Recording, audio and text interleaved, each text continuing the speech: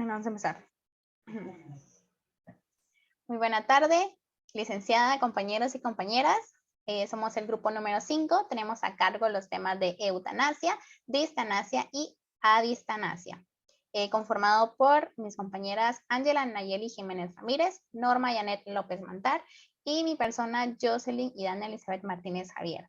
El primer tema que vamos a tocar es la eutanasia.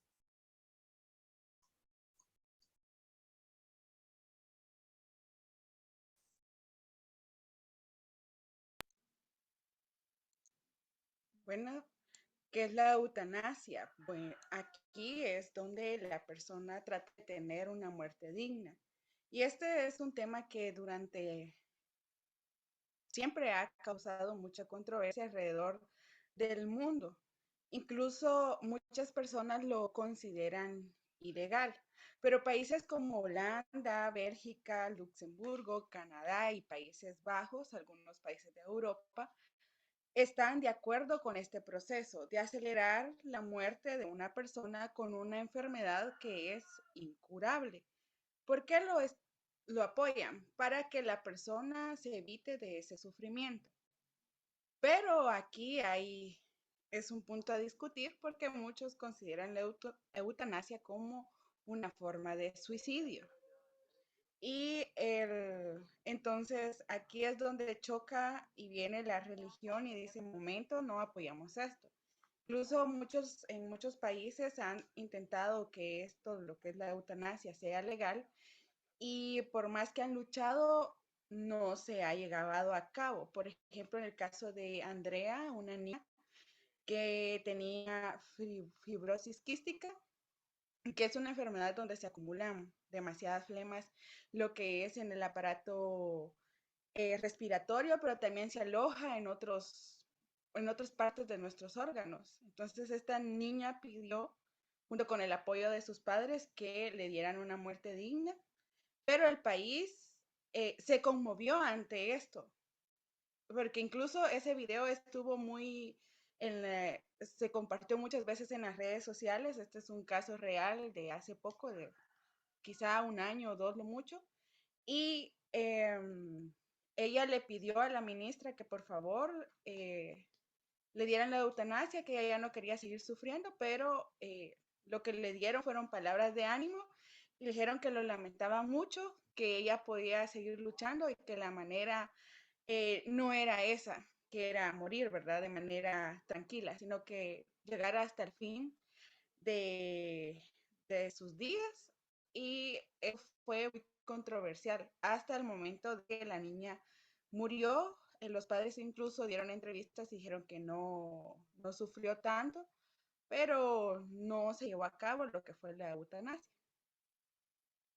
Yo he escuchado que en estos casos de la eutanasia también algunos pacientes pues también como que firman un documento, podría decirse que por ejemplo si quedan en algún estado terminal, es decir, estado vegetativo, podría decirse, que pues han firmado de que pues no quieren pasar su vida así. Entonces, en ciertas ocasiones pues también se puede practicar la eutanasia y aunque no es legal en todos los países, entonces algunos en ciertas ocasiones viajan a países donde sí es legal para poder no tener ningún problema legal, ¿verdad?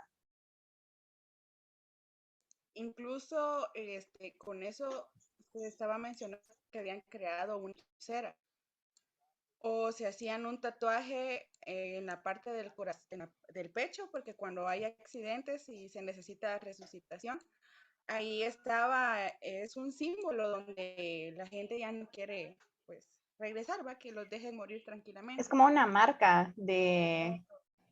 Incluso creo que la pulsera, no recuerdo si es color verde, pero muchos la usan, entonces significa eso, que en caso de un accidente, pues, los dejen descansar.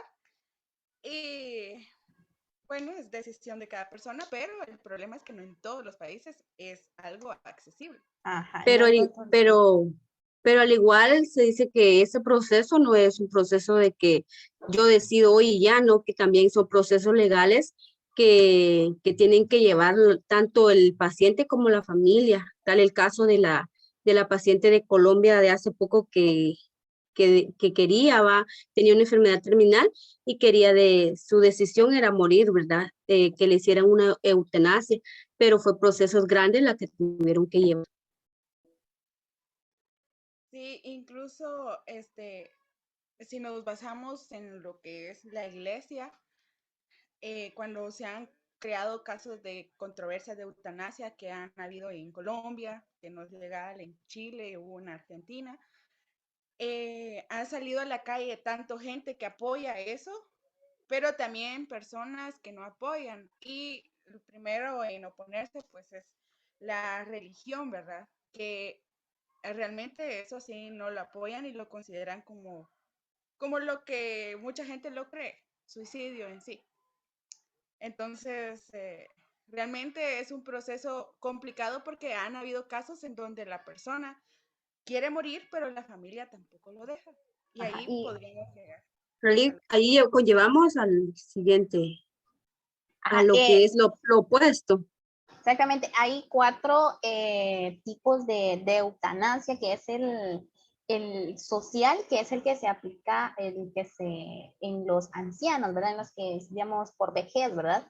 Y el autoeutanasia, que ahí es donde entraría el que estábamos comentando, que es cuando se trata de el suicidio, que se le llama a algunos, ¿verdad? Pero algunos pues no lo las personas o los pacientes pues no lo ven como un suicidio, sino que lo ven como una liberación o un descanso, ¿verdad? Y la directa, pues que esa sí simplemente busca la muerte directa, ¿verdad? Y la indirecta, pues que en algunos casos, pues se les da como tratamiento, pero de todas formas, al final de cuentas o al tiempo, pues siempre va a morir la persona, ¿verdad? Bien, Y entonces, solo una cosita más. Quizá aquí el problema de la eutanasia es que engloba no solo, bueno, solo las personas con enfermedades terminales y mayores, sino que hay bastantes vacíos legales y ahí las personas se pueden decir, bueno, yo quiero morir porque hoy no tengo ganas de vivir. Y ahí es el problema, por eso muchos países no lo aceptan. Dependiendo del exactamente. caso también, ¿verdad? Sí, depende mucho. Bueno, pasamos al siguiente tema, que es la distanasia. La distanasia es como comentábamos, es como la oposición de la eutanasia. La distanasia es cuando una persona, ¿cómo les dijera yo? Completamente que el paciente, ya sea los familiares, los médicos, hasta ellos, no están de acuerdo en morir, aunque sea la enfermedad, sea una enfermedad muy grave. Como dice acá, son todas las complicaciones que se puedan suscitar en torno a una enfermedad y aunque el paciente esté sufriendo, lo mantienen ahí con vida o a veces atado a aparatos y todo eso. Y, y sinceramente es donde sería lo mejor, va a desconectarlo para que ya descansara el paciente, pero a veces la familia, por muchas cosas, ya sea por lo religioso o por el amor que le tiene al familiar, no toman esa decisión de desconectarlo o que de tomar esa decisión de que ya descanse. Y entra muy directo lo de la religión, ¿verdad? Personas sí o sí quieren que esta persona el aparato, Exacto. ¿verdad? Hay muchos casos, porque, por ejemplo, en esto podemos mencionar varios casos de la realidad de acá, porque yo conocía un caso de una persona de que tenía una enfermedad y no le daban mucho tiempo de vida, pero como la familia le tenía tanto aprecio, no permitían que lo desconectara, a pesar de que los médicos decían que él estaba sufriendo bastante, aunque él no se quejara ni nada, porque estaba en estado vegetal, estaba sufriendo, pero los familiares no aceptaban eso, ellos esperaban un milagro para ver si él iba a sobrevivir todavía o que con los medicamentos que le estaban colocando iba a resistir y iba a salir adelante, pero no era así. Y la familia no aceptaba ese caso. Yo tengo igual un ejemplo de muy claro de este tema de que, por ejemplo, tengo unos primos que, pues, digamos, no viven acá en el país, pero su hija, la mayor, pues, de la nada, así, sufrió un derrame cerebral y, pues, se cayó en coma, ¿verdad? Y estuvo bastante tiempo así y, pues, ellos eran cristianos, son cristianos. Entonces esperaban un milagro, ¿verdad? Para que pues la niña se salvara, ¿verdad? Y claro, todos estábamos en oración para que pues no tratar de desconectarla, porque uno como familiar no quiere dejar ir a las personas mientras uno las ve ahí, pero a veces es como de que retardar lo que sí o sí va a pasar, ¿verdad? Es decir, no se puede mantener a un paciente, a una persona, a un familiar, solo conectado, sabiendo que solo respira únicamente por el aparato, ¿verdad? Sí, incluso igual en caso de creencias, ¿verdad? No creencias, sino religión, tener una postura ante que Dios puede hacer obras. Pero lo mismo sucedió en un caso que fue muy cercano, incluso yo conocí a la niña. eh, fueron a un río, estaban tranquilos todos, felices porque era una reunión de una iglesia. Y de repente la niña, pues, se la llevó la corriente y todos empezaron a asustarse y empezaron a nadar y la encontraron inconsciente porque ya habían pasado más de 4 minutos, si no estoy mal, bajo el agua. Entonces, cuando la sacaron, ya la niña estaba inconsciente, la llevaron de urgencia al hospital, pero ya los pulmones los tenía totalmente deshechos y ya no iban a ser funcionales. Entonces, por lo mismo de que uno cree y está pegado a que pueda suceder un milagro, estuvo varios días en oración para que ella pudiera, pues, que volviera, pero fue algo prácticamente imposible porque ya sus pulmones ya no funcionaban, entonces solo con un aparato de esos que usan para que respiración artificial estaba. ¿Qué sucedió? Que fue inevitable y la familiar, con todo el dolor que pues sintieron, pero tenían que dejarla ir porque ya no había remedio. Entonces tomaron la decisión y la desconectaron. Y aquí es otro tema, que hay muchos familiares que a veces no quieren desconectar a personas como por ejemplo cuando hay una muerte cerebral. Cuando hay una muerte cerebral ya sabemos que ya no hay, digamos, nuestro cuerpo está funcionando a base de aparatos, pero ya no está ahí la persona, ya no existe. Entonces, en mi opinión, ahí sí sería mi postura, ¿por qué seguirla ahí conectada si ya no va a vivir? Y llega a Por tal eso, punto, por ajá, eso muchos gobiernos lo llaman que es algo egoísta, ¿verdad? Porque sería, como decíamos al principio, algo opuesto a la eutanasia cuando el paciente lo desea, ¿va?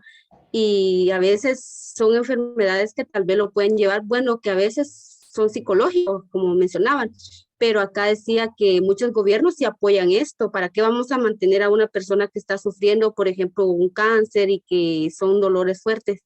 Entonces, solo sería cuestión de concientizar, ¿verdad?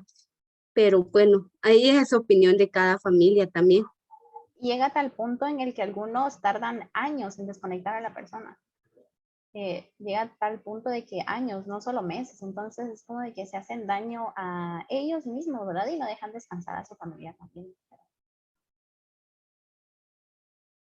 Bueno, entonces pasamos al siguiente tema, que es la avistanasia. Bueno, la distanasia, pues, es la aplicación de fármacos para aliviar el sufrimiento de un enfermo terminal, aunque con ello, pues, se produzca un cierto acortamiento de la vida en el mismo enfermo. Acá, pues, es cuando, por ejemplo, el paciente, pues, tiene una enfermedad terminal que, pues, no tiene cura, ¿verdad? Es decir, que simplemente por tantos medicamentos, aunque se le dé todos los tratamientos del mundo, pues no va a tener remedio, ¿verdad? Y la única solución, pues simplemente para que la persona descanse, pues es aplicarle fármacos, ¿verdad? Y a esto se le conoce como la avistanasia, ¿verdad? Y pues un caso de que, pues, una persona acá en el país, pues tuvo tenía una enfermedad muy terminal, ¿verdad? Y pues tenía muchos dolores, ¿verdad? Entonces es como de que sufrir por algo que no tiene remedio, pues es mejor, o sea, aplicarla a distancia, ¿verdad? Que es más, menos doloroso, ¿verdad? Aunque acorta más la vida del paciente y pues apura o la muerte de la persona, pero muchas veces es mejor, ¿verdad? Es mucho mejor a realizar esta práctica. Sí, como la distanasia, pues es eso. Ahí había un claro ejemplo que en caso de que una persona quede en estado vegetativo, entonces lo que pueden hacer los médicos es decir, bueno, aquí hay cierto fármaco para que la persona muera de una manera más precipitada, pero ya se sabe que iba a morir. Entonces eso es Tengo una muerte adistanasia. sin dolor, ¿verdad? Es decir, sin Práctica, sufrimiento. prácticamente la distanasia es como la morir en paz, ¿verdad? Una muerte no Tranquila. tan dolorosa para la persona enferma. Ujú, Exacto. exactamente. Eso, pues, aquí no se aplica, pero sí en algunos países donde ya la persona está desahuciada y ya está llegando al punto de no retorno, que va a morir, pues se le empiezan a aplicar estos fármacos para que la persona no sienta dolor al momento de estar, bueno, en los últimos días, podríamos decir. Y se le va a cortar el tiempo. Pues son muy interesantes estos temas, la verdad que todos tienen una sola relación que es con la vida y algunos con el derecho a la vida, pero en muchas ocasiones pues no siempre la valoración de estar con vida siempre es bueno, ¿verdad? Ya que por ejemplo en algunos que pues sufren de enfermedades terminales pues no puede decirse valor en la vida, ¿verdad?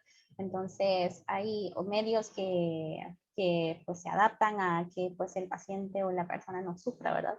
Entonces, de la vista ética, pues, por ejemplo, en lo que es la eutanasia, pues no es bien visto, pero pues depende mucho de la decisión de cada una de las familias y de la persona, ¿verdad? Porque pues los que sufren, pues son ellos, ¿verdad? Porque uno puede dar su pensamiento o decir su crítica acerca de eso, pero como los que sufren, pues son ellos, ¿verdad? Entonces no podemos decir, me pongo en sus zapatos o aguanten, ¿verdad? O todo lo que puedan, porque pues no, a veces no es imposible, ¿verdad? Muy cierto lo que dice la compañera, no podemos violentar los derechos de la vida de cada persona, ¿verdad? De venir y como un familiar venir y tomar la decisión, vengan y quítenle la vida, no podemos violentarlos. Si nosotros nos fomentaron los valores, el respeto a los demás, entonces no podemos decir y eso está bien y eso está mal. Exactamente. Bueno, sin más Considero que, que es criterio de cada persona y si que fuera algo legal aquí en Guatemala, pues sería criterio de cada persona, aunque siento muy complicado eso de la eutanasia aquí porque realmente la mayoría de personas pues considero que tienen una mente muy cerrada para poder comprender eso. Hasta que estamos en las situaciones, podemos decir, bueno, sí, lo aplicaría para mi vida. exactamente. Bueno, sin más que agregar, pues esto ha sido nuestra pequeña charla acerca de nuestro tema y gracias por su participación a cada una de mis compañeras y por su atención. Muchas gracias.